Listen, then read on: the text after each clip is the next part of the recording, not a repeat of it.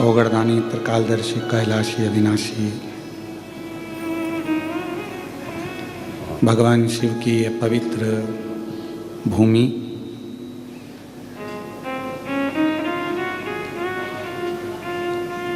बैरुल कृष्णेश्वर महादेव की यह पवित्र धरा, जहाँ से आप और हम सब ऑनलाइन शिव महापुराण की एक पवित्र पावन संपूर्ण विश्व का कल्याण करने वाली, जीवों को आनंद देने वाली पवित्र शिव महापुराण की कथा को श्रवण करने के लिए विराजमान है, बैठे हैं।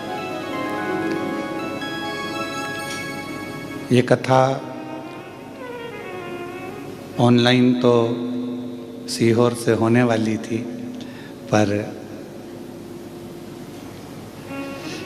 हितेश जी बोले कि गुरुजी जब आप सीहोर से ही ऑनलाइन कर रहे हो तो कथा छत्रपति संभाजी नगर में करो। फिर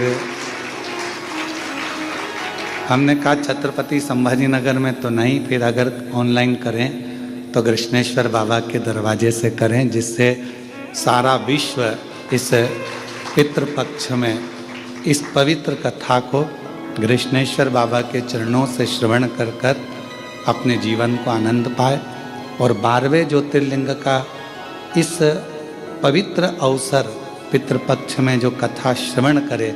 जैसे कृष्णेश्वर बाबा ने घुष्मा के बेटे को जीवित किया, सुधर्म नाम के ब्राह्मण का कल्याण किया, उसी तरह जितने भी शिव भक्त इस पवित्र कथा को कृष्णेश्वर की पवित्र धरा से ऑनलाइन श्रवण करें अपने अपने घरों में बैठकर, तो सबका कल्याण इस पितृपक्ष में हो और सबके भंडार बाबा भरे। तो ये पवित्र कथा कृष्णेश्वर महादेव की पवित्र भूमि से हो रही है और ऑनलाइन चल रही है। इस कथा में किसी को आना नहीं है, सबको अपने अपने घरों से कथा का लाभ लेना है। हमने हितेश नारखेड़े को कहा था कि भाई भीड़ को कंट्रोल तो का मालूम ही नहीं पड़ेगा, किसी को ज्ञात ही नहीं होगा और ऑनलाइन कथा हो जाएगी। तो हमने कहा ये शंकर है, जब डमरू बजाता है तो सबको मालूम पड़ जाता है, ये उसकी उदारता है। सुलभा सोपान दत्तात्रेय नारखेड़े इस कथा के मुख्य यजमान बने हैं। ज्योति श्री राजेंद्र आनंदराव पाटिल इस कथा के मुख्य यजमान बने हैं। पल्लवी हितेश जी नारखेड़े इस कथा के यजमान बने हैं। और ये दिव्य और भव्य कथा एक आनंद के साथ, भक्ति के साथ चल रही है।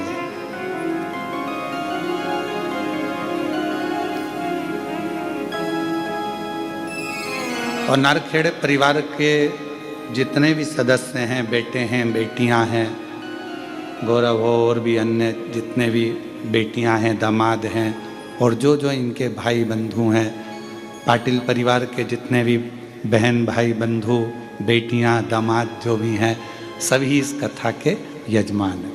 और सही रूप में तो ये कथा जिनकी गोद में बैठ के हो रही है, तो वो कृष्णेश्वर महादेव ही इनके मुख्य यजमान, इसके मुख्य यजमान।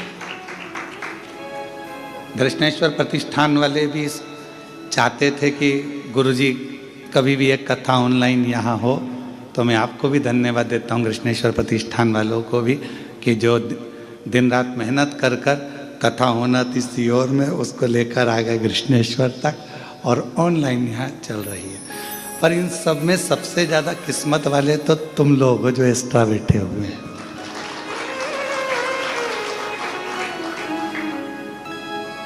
सोचा भी नहीं होगा कि इतने करीब से इतने नजदीक से और इतने आनंद के साथ, पूरे वीआईपी ट्रीटमेंट के साथ कथा श्रवण कर लेंगे। इसी को कृष्णेश्वर महादेव कहते हैं, सबको वीआईपी ट्रीटमेंट देना चालू कर देता है जो कथा श्रवण करते हैं, जो कथा सुनते हैं, श्रवण करते हैं। शिव कृपा है। पल्लवी बेटी के नाना नानी भी यहाँ पर बैठे हैं, छोटी बहू रानी भी नारखेड़े परिवार से यहाँ बैठी हैं, और गौरव भी प्रत्यक्ष रूप से यहाँ बैठे हैं, आनंद कथा का लाभ ले रहे हैं। तो ये शिव है और शिव की करुणा है।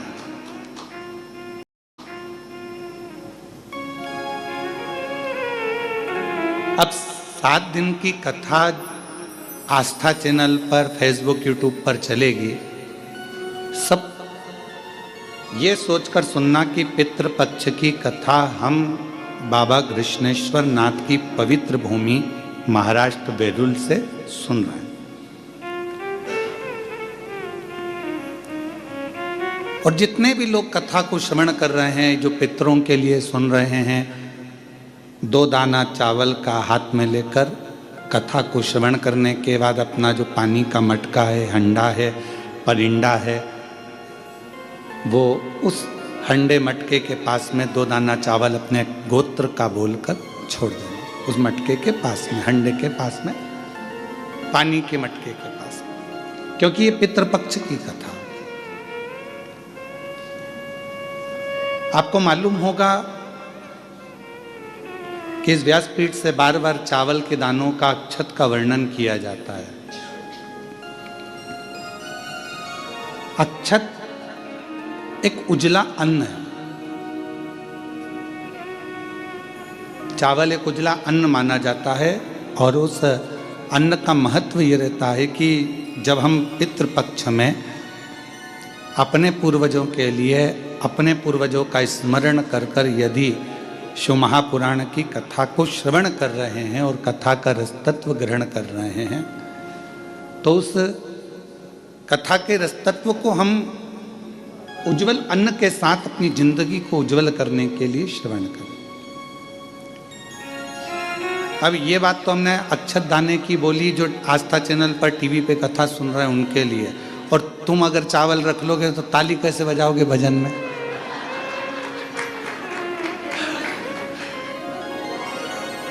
तो अब आप अपने पल्लू में बांध लो, हाथ में रख लो जरा उसको, गोदी में, ठीक है। और तेरी कृपा बिना न हिले, जिसको आता है साथ में बोलेंगे, तेरी कृपा बिना न हिले एक भी अणु, लेते हैं श्वास तेरी कृपा से तनु तनु, बखान क्या करूं मैं रागों के ढेर का, चपटी बहुत में खजाना कुबेर का, हे गंगाधार मुक्ति द्वार ओंकार तू, भोले ओंकार तू, आयो शरण तिहारी शंभु तार तार तू, बखान क्या करूं मैं रागों के ढेर का, चपटी भभूत में खजाना कुबेर का, हे गंगाधार मुक्ति वारी ओंकार तू, भोले ओंकार तू, आयो शरण तिहारी शंभु तार तार तू। शिव करुणा सागर है, शिव दया सागर है, शिव कृपा सागर है। पहले शिव महापुराण की कथा आपने और हमने बहुत श्रवण करी, सुनिए। पितृपक्ष में भी बहुत श्रवण करी, पर ऐसा क्या क्रम है कि पितरों के पक्ष में जब शिव महापुराण की कथा होती है, पितृपक्ष में जब देव अधिदेव महादेव की यह पवित्र कथा होती है, तो हमारे पूर्वज, हमारे पितृ इस पवित्र कथा का लाभ लेते हैं, कथा को श्रवण करते हैं। एक बात हमने पहले भी कही, आज फिर कहते हैं, देवताओं के लोक में सबसे ज्यादा सुंदर लोक है पितृलोक।